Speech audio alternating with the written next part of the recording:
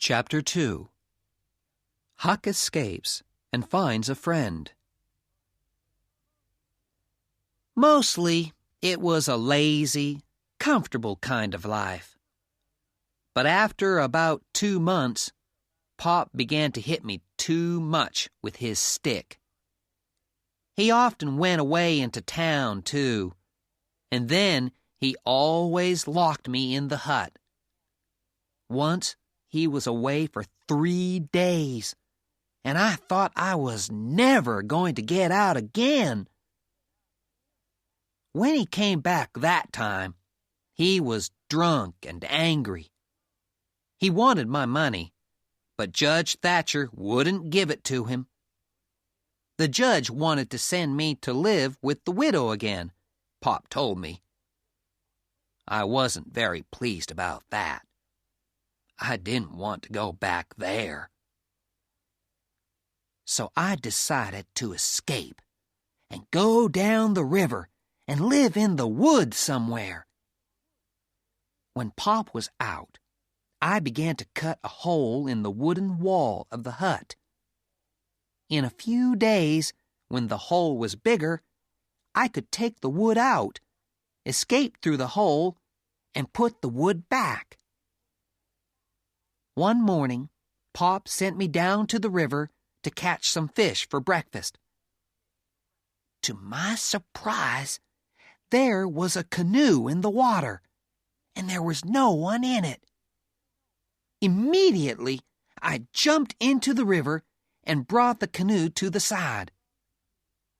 It was lucky that Pop didn't see me, and I decided to hide the canoe under some trees and use it when I escaped.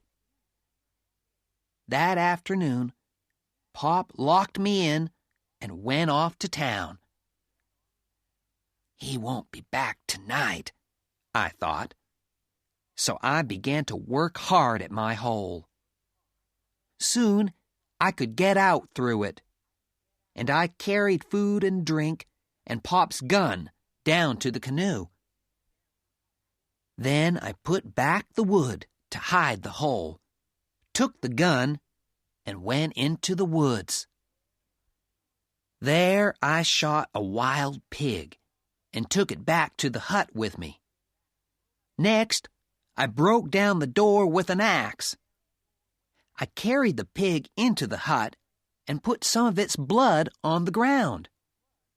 Then I put some big stones in a sack and pulled it along behind me to the river.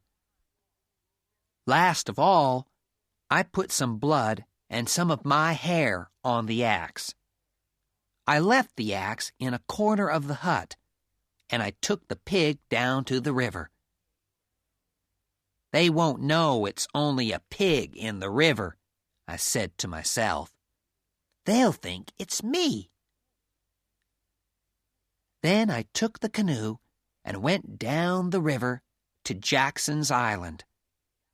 By then, it was nearly dark, so I hid the canoe under some trees and went to sleep. It was after 8 o'clock when I woke up the next day, and the sun was high in the sky.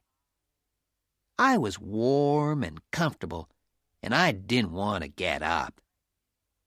Suddenly, I heard a noise up the river. Carefully, I looked through the trees, and I saw a boat full of people. There was Pop, Judge Thatcher, Tom Sawyer and his Aunt Polly and his brother Sid, and lots of others. They were looking for my body in the river. I watched them, but they didn't see me, and in the end they went away. I knew that nobody was going to come and look for me again. I found a good place under the trees to sleep and to put my things. Then I caught a fish and cooked it over a fire. I lived like that for 3 days, and then I decided to have a look round the island. So I went into the woods. This is my island, I thought. I'm the only person on it. Suddenly, just in front of me, I saw a fire, and it was still smoking. There was somebody on my island.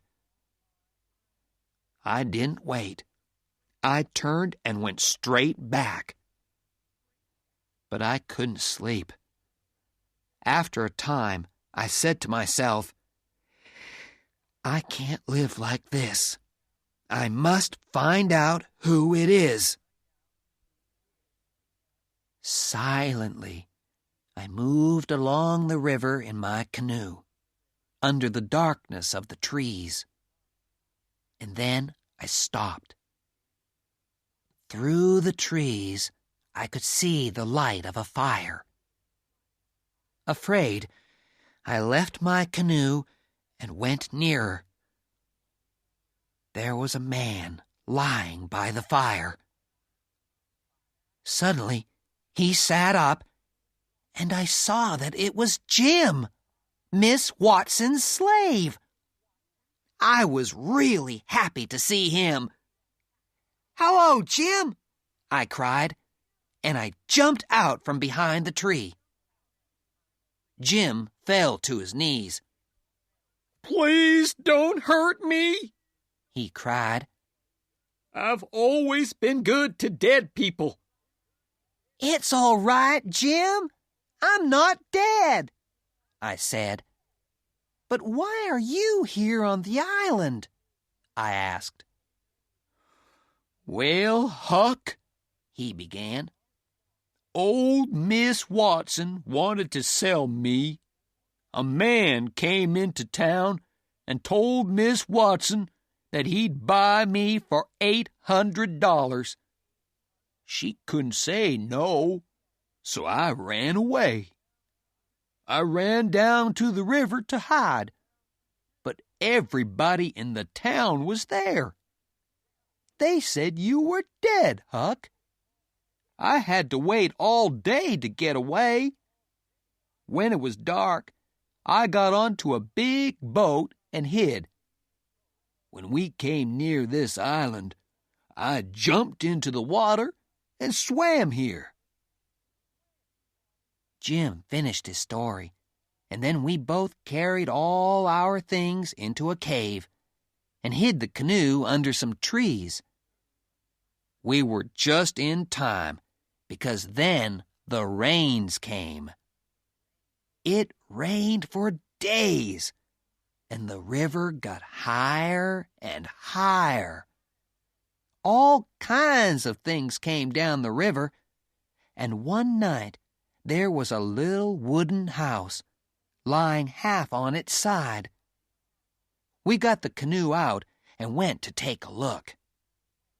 Through the window, we could see a bed, 2 old chairs, and some old clothes. There was something lying in the corner, and we thought it looked like a man. Jim went in to see, but he said, "He's dead. Someone shot him in the back. Don't look at his face, Huck. It's terrible." I didn't want to see the dead man's face, so I didn't look. We just took the old clothes and a few other things and went back to our cave on the island. Another night, when we were out looking for things on the river, we found a raft. It was made of good, strong wood and was about 4 meters by 5 meters. "This could be useful," I said to Jim. So we pulled it back to the island behind the canoe and tied it up under the trees.